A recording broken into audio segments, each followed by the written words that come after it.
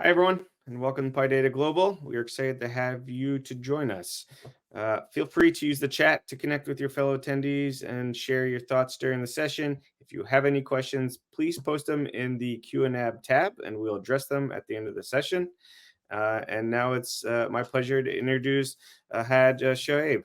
They will be presenting his talk, Foundational Time Series Models in Practice, the Future of Forecasting, or Just Type. Please give a warm welcome. Go ahead. Thank you, Jim, and thanks for having me at PyData. I'm very excited. It's my first time attending PyData, so looking forward to all the talks the rest of the days. So a little bit about me. I am a data scientist at Salesforce. I work primarily on time series forecasting. I work across the stack from more modeling to the engineering and deployment side of things. Today, I'll be talking about the history of time series forecasting a little bit and build up to what foundational models are and give you some intuition on how they work and how this impacts you. Something that I think is pretty exciting that has come out in the last year. So hopefully folks get a chance to learn as I did. The agenda for today is going to be an intro to time series forecasting, just so we're all on the same page. Then we're going to go over the journey, how we go from ARIMA models, which you might have learned about in school, to foundational models that we have today in 2024. Next, we'll talk about the practical side of things, how you should use foundational models, maybe how you shouldn't, and then what's coming up next in research and in the industry. So starting off with time series forecasting, the problem really is estimating future values using past observations. You might also know it as the problem of predicting the stock market to get rich quickly. But in practice, the use cases of forecasting across the industry vary from sales forecasting, where maybe Walmart and other retail stores want to know how much stock to have, in finance, in accounting, and other forecasting uses. Infrastructure management, which is something that my team at Salesforce focuses on, with capacity planning, managing our data centers, our cloud costs, and optimizing them. There's also use cases in customer support that can be used. The one thing I want to highlight is time series forecasting follows the same ML lifecycle as most other models, where you have data, you fit, predict, and you evaluate. So hopefully it's not too scary when you look at a time series that looks like this. Now, a little bit of context before we dive in. Time series forecasting is a little unintuitive, not as intuitive as language that we all read every day. We all learn how grammar works, how to spell. In time series forecasting, you decompose time series into different components like trends, seasonality, noise. You use terms like change points, and normally forecasting models are built with a combination of these factors. So that's a little bit of what time series is. Why is this actually difficult? Because normally you just draw a straight line, but in practice, there's a lot of different shapes and sizes to these time series. Sometimes you'd have to do forecasting at the day level, at the year level, at the minute level, and there's a lot of different data distributions and dynamics that come into play, meaning that for every one of these, maybe you have to think slightly differently in how you model them. Now, you might be thinking, someone must have come up with a solution, and there must be one best state-of-the-art model. Unfortunately, over the last few years, at least, the forecasting community has been a little bit divided on what exactly the best model is. Of course, for all problems, there's no one model that fits all, but even more so with transformers and ChatGPT showing the power of transformers, this is something that continues to be challenged in the forecasting space.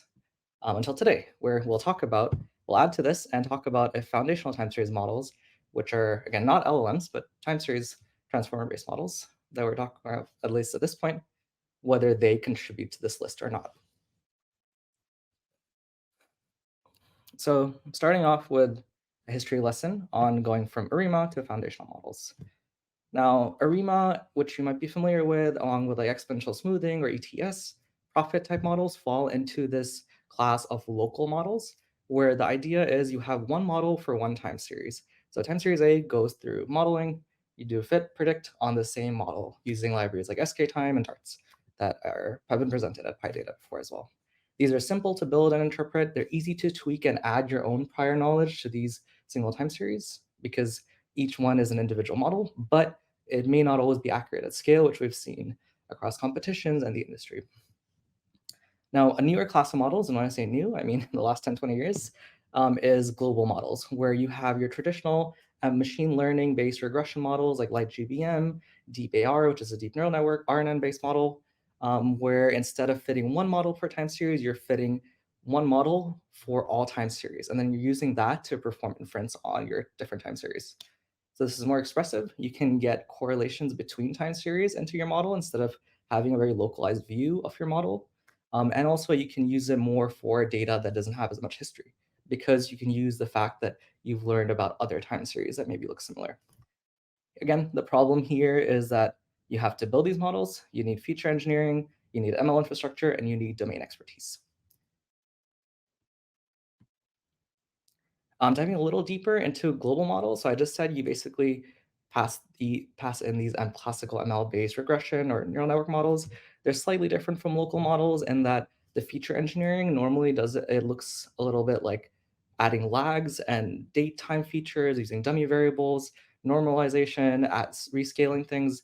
This is kind of the blueprint for this global type model, which we'll build into the foundational model. Here we see a transformer, but really this is any regression model that we have, which follows this structure.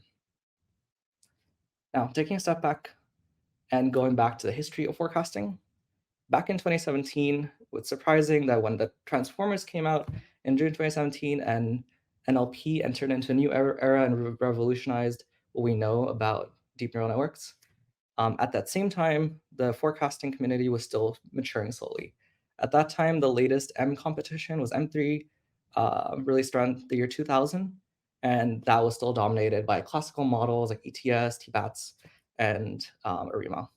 All of this powered in great libraries, the great ecosystem of R at the time, which was maybe not as engineering friendly and difficult to integrate into systems. Algorithms were still coming out, classic local models like Prophet, RNN-based models like DeepAR by Amazon, and then LightGBM, which is not just for forecasting, but it ended up actually winning recent forecasting competitions. So in 2017, after this era, the next 5 years was two major events in the forecasting space. This is when I started working in forecasting as well, and so I've known a little bit about what the world was like before, what our team was like before, and I've seen this in real time. Because our team also went from R to using Python. The increased Python adoption was not something that our team did, but the industry did as a whole. Libraries like skTime, Stats Forecast, and Darts came out for the first time in 2019, around 2020, 2021. This kind of lined up with the increased adoption of transformer-based models, which happened to be mostly in Python with PyTorch and TensorFlow at the time. Aside from the adoption of the ecosystem, the modeling itself was influenced by the various developments in language at the time. From transformers, we went to BERT and then GPT and then other variants.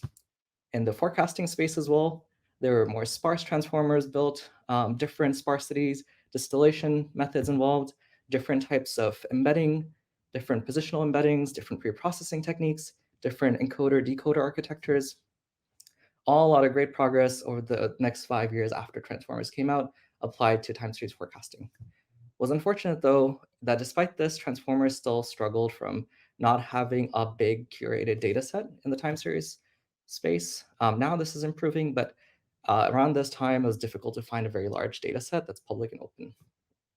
The other thing was Transformers struggled from, I mean, this even happens now and doesn't happen as much now in the language space, but having a long context was not something that was easy to use in the time series space. Years and years of data is normally used in the time series space, but it's something that Transformers struggled with. So with all this, a paper came out called "Are Transformers Effective for Time Series Forecasting?" which you might know in these libraries as having the D-linear and linear model. It's a very simple MLP with a moving average kernel and an idea that's similar to reverse instance normalization to handle distribution shifts. Now, this was beating transformers on some benchmarks, but what's surprising is this very simple model is beating out these very large transformer complicated models. Basically, ARIMA was still up for grabs, the old model that you've learned about many years ago in your undergrad. But the year after, 2023, I'm mentioning one big model here. There's many different developments, but a model called Patch TST was released. Now, Patch TST, in my opinion, was the foundation for a lot of the foundational time series models that we see today. And I'll talk a little bit about how this works. So PatchTST was built, but the intuition that looking back a few years ago at papers where longer context windows were studied, log sparse was a paper released in 2020 in architecture where the standard transformer-like architecture where some tokens in the middle, time series tokens, were ignored, where the intuition was that if you ignore time steps close enough to each other, you'll still get the information because what happened on Monday might be the same as what happened on Tuesday, especially when you're looking like, or on a specific time when you're looking like years or months ahead for daily level data. What's more important was to include a long enough context window. This combined with the intuition from NLP and vision, where tokenization also became more common. For example, instead of treating characters as individual tokens, BERT tokenizes subwords or groups of characters and passes it into a transformer backbone. So with this, the question was, how can we reuse this prior art, look at this intuition, and maintain a long look back window? The answer to this is patches. And the result, a state-of-the-art model that still is beating out many different other models on leaderboards and datasets.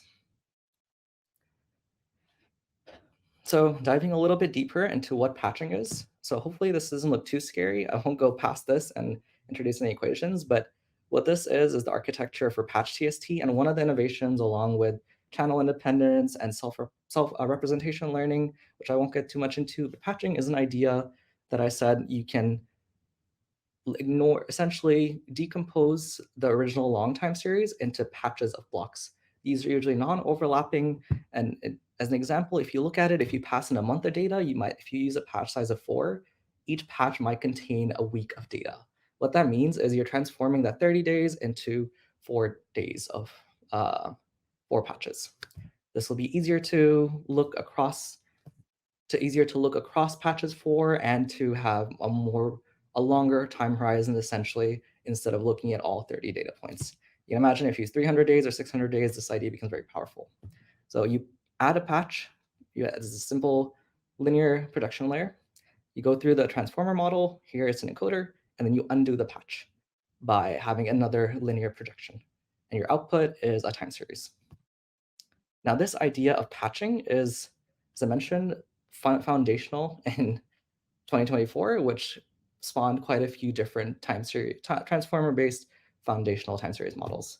Now, one I'm going to go into a little bit deeper here is Morai, where this is a model by Salesforce Research that is similar, that came around, that was released around February, March, along with Times FM, which is another similar transformer-based foundational model.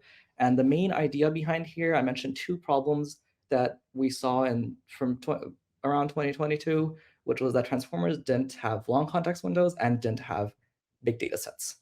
The long context window was something that was really solved with PatchTST, and a lot of these foundational models really did the next big step, was to build large, diverse data sets. This with the transformer model, with patching, with diverse data sets, and also some handling for how you combine these diverse data sets, because you might have hourly and daily data in the same large pre-training data set.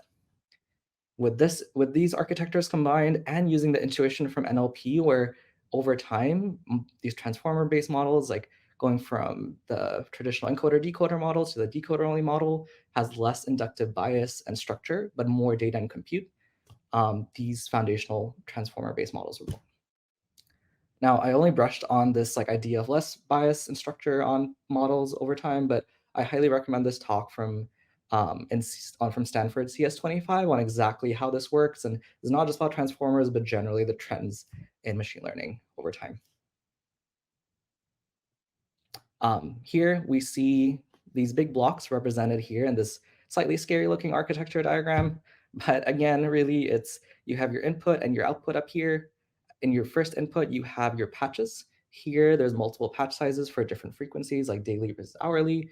And then you have your undo patch at the end with the transformer backbone here, slightly different, not an encoder-only model, but the same sort of high-level building blocks. In Morai specifically, there's a probabilistic ed here, which is also continues to be used in some different models, but this is one of the first architectures that we have this year. Now, taking a step back, we've talked a lot about what the architecture is, but now I want to tell you maybe generally what the space looks like today. We focus a lot on the transformer-based models. There are also LLM-based foundational models, where really the idea is, can we use the power of these pre-trained, very large, billion, trillion parameter models to look at our time series as a sequence modeling problem? The challenge really here is to embed your time series data, which is numeric data, as text somehow. Now, some of the models like LM time really solve this look at this problem in that how can we represent one time series, one data point as one individual token? Because if, for example, in the tokenization process, these get broken up into multiple tokens, the model might start seeing these as two different time series, which is harder to keep track of. So there's a whole plethora of work being done on LLMs as time series forecasters. I won't go too much into that, but on the other side, you have the transformer-based architectures, which are really based on two big things: big data and transformer architectures. Now, last year, actually, TimeGPT came out. This is a more closed source model, but they have by Nixla.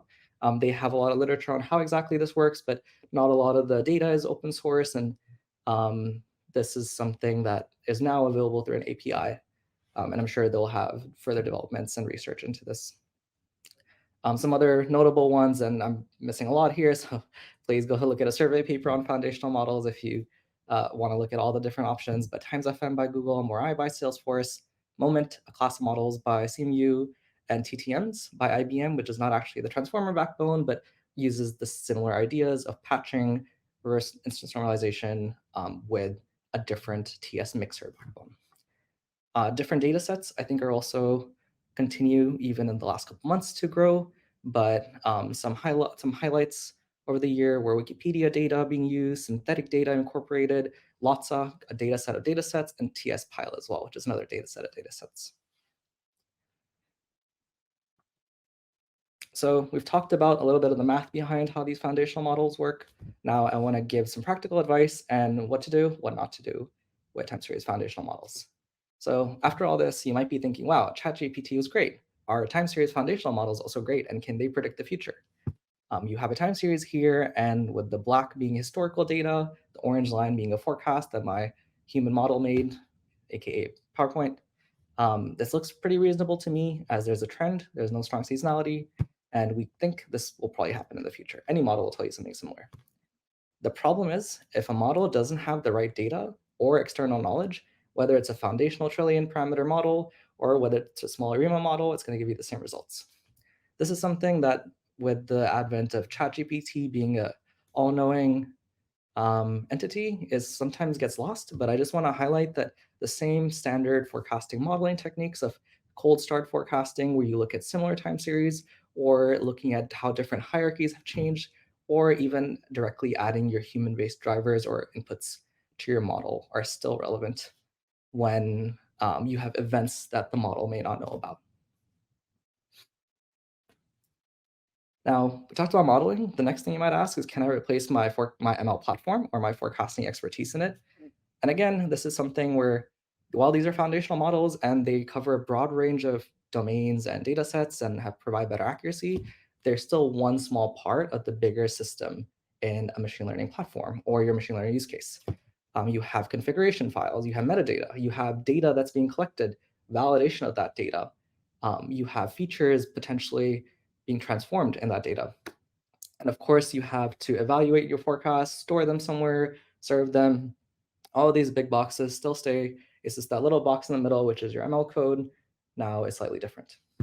I won't go too much into the engineering side here, but if you're interested in more about how forecasting platforms work, we recently wrote a blog about this that dives a little bit more into it. So I talked about all the bad things. Now the good and what this means for you as a forecaster. Again, it's still another ML model, but without the training. This diagram hopefully looks very similar to how local models work, where it's simple, it's easy, and intuitive in the high-level approach, at least. The TLDR is using the simpler approach. All you have to do is load your model in and inference. You get higher accuracy out of the box, no training, tuning effort, and you get a better sense of cold start time series, where time series that may not have enough data, or you may not provide 2 years of data to understand the seasonality, because maybe it knows that a time series that's similar to this ended up having a seasonal peak, maybe around November, which is Thanksgiving and Black Friday in the US. So aside from just having better accuracy, of course, new models are always going to come out, and you might be asking, these are foundational models. Should I retrain my foundational model? Can I improve on this? And the answer is yes. Short answer is yes. When should you do this? Really, it's hard to say without looking at what your domain is. There's obviously academic research on what the best models are, but really, I'd recommend looking at your backtesting results and seeing how this performs against your other baselines. When you should think about doing this is if you have a lot of time series data and you don't want to spend more effort in feature engineering. Now here I'm showing the pre-training data distribution of LATSA, with the data set used for the Morai architecture and released earlier this year. This is something that we actually looked into because we were using this and we realized, hey, this is slightly better than some of our other models, but can we improve this? And we looked at the pre-training distribution, where a lot of the data set contained data from the energy domain, which is not really something that we work on in cloud infrastructure, and only 5% of that data was in cloud infrastructure. Specifically, we work on daily data too, so we were looking into should we improve this. I won't get into our case study, but actually a great case study that I saw from Datadog, which is a company that has an analytics platform where they process tons and tons of infrastructure time series data, showed exactly this. What happens when you add your own private data to an existing foundational model? So here are benchmarks for zero-shot forecasting, essentially no training using the Morai variants. And you have the global models that like PatchTST, iTransformer, and ARIMA baselines as well.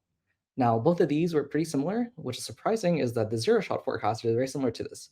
But what's even great is to see that combining all of this data, you get the best accuracy. Now, I think this is something that has a lot of room to improve on. We have examples here from Datadog and the cloud ops and AI ops domain. From personal experience, we've reached similar conclusions on fine-tuning and retraining these larger models. But so far, we have to see what new data sets come out there and how exactly this generalizes to other domains. Frankly, I'm not sure how public we're going to have health level time series data be available, but maybe teams and companies with internal private large data sets will tell us how effective this is. The last thing I want to talk about with the practical part of this is model stability, something that is not too critical when you're looking at time series on the scale of like tens or single digit number of time series, where you're just looking at a few different time series and you can manually draw the prediction by hand, essentially. But when you're doing this in an automated forecasting system, training and stability is something that even for global models has been observed in the past. There's a paper here by Amazon that talks about how their DPAR model struggles to sometimes have stability issues when you're retraining week over week. If your historical data hasn't changed, your output probably shouldn't change that much within a week.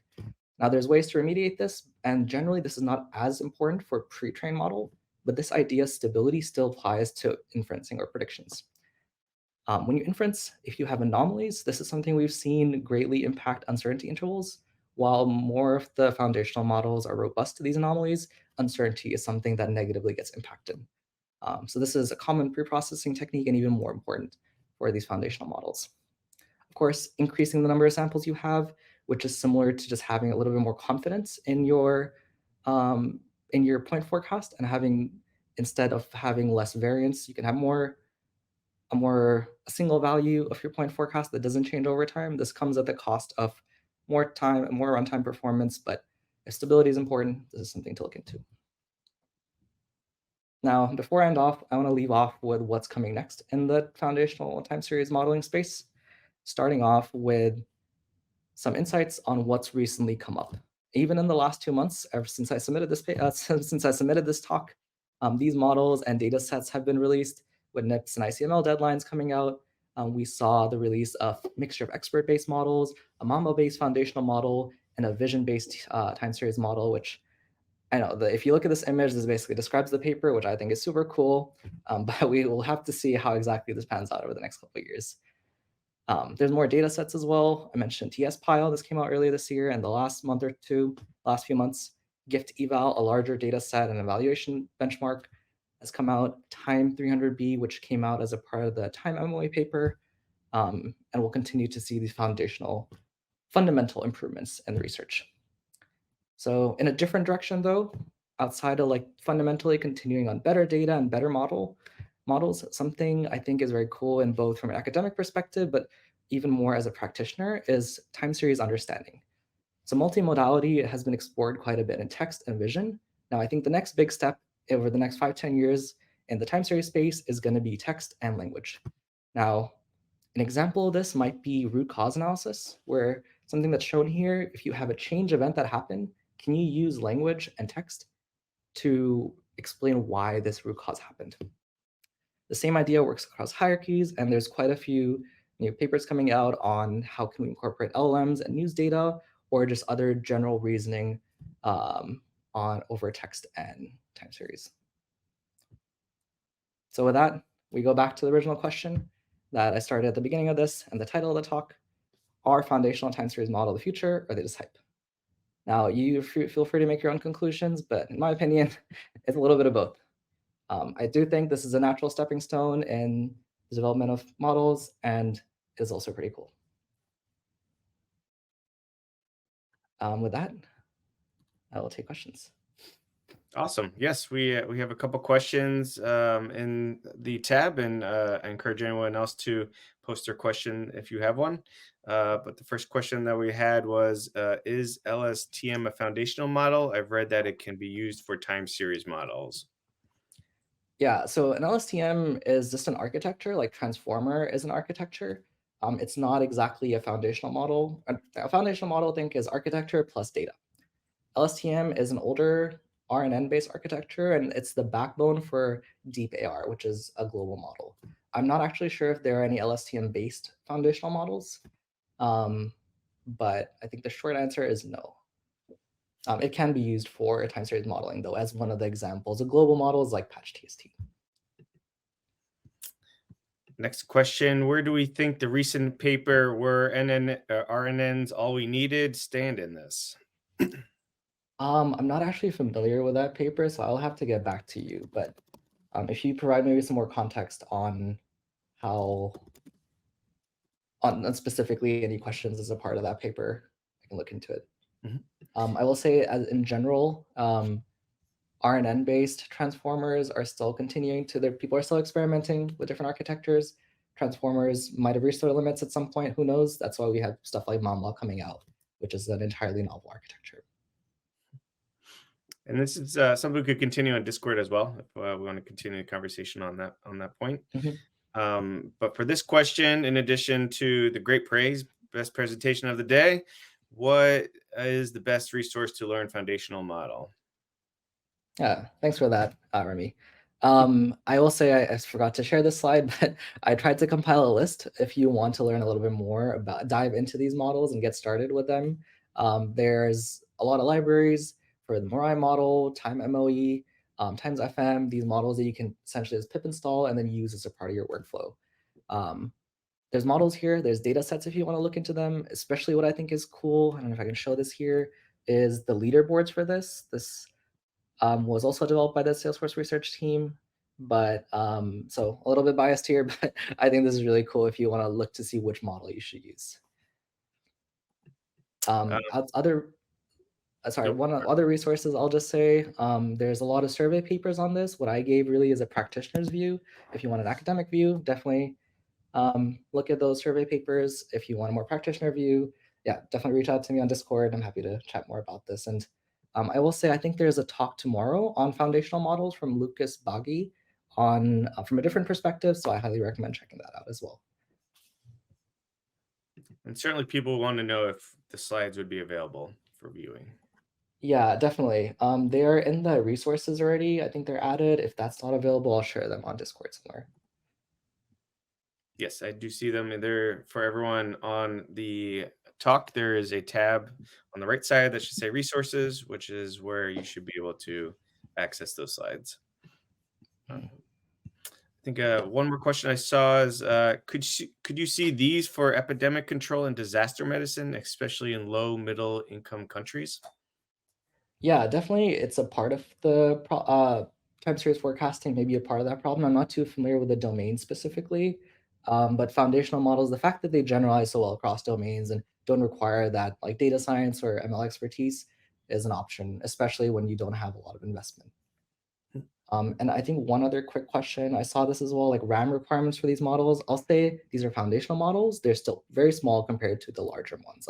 Like Morai large, for example, is like a gig or two in memory. And then times FM and other ones, of course, are smaller. So small local desktop GPUs work well. And then inferencing on CPUs also works really well from our experience. Awesome. This has been really great. We are out of time, so we should wrap up. But I really want to thank you for joining and presenting for us today. And as I said earlier, if you'd like to continue discussion, please head over to Discord. And otherwise, thank you again. And we hope everyone else enjoys the PyData Global. Thanks all.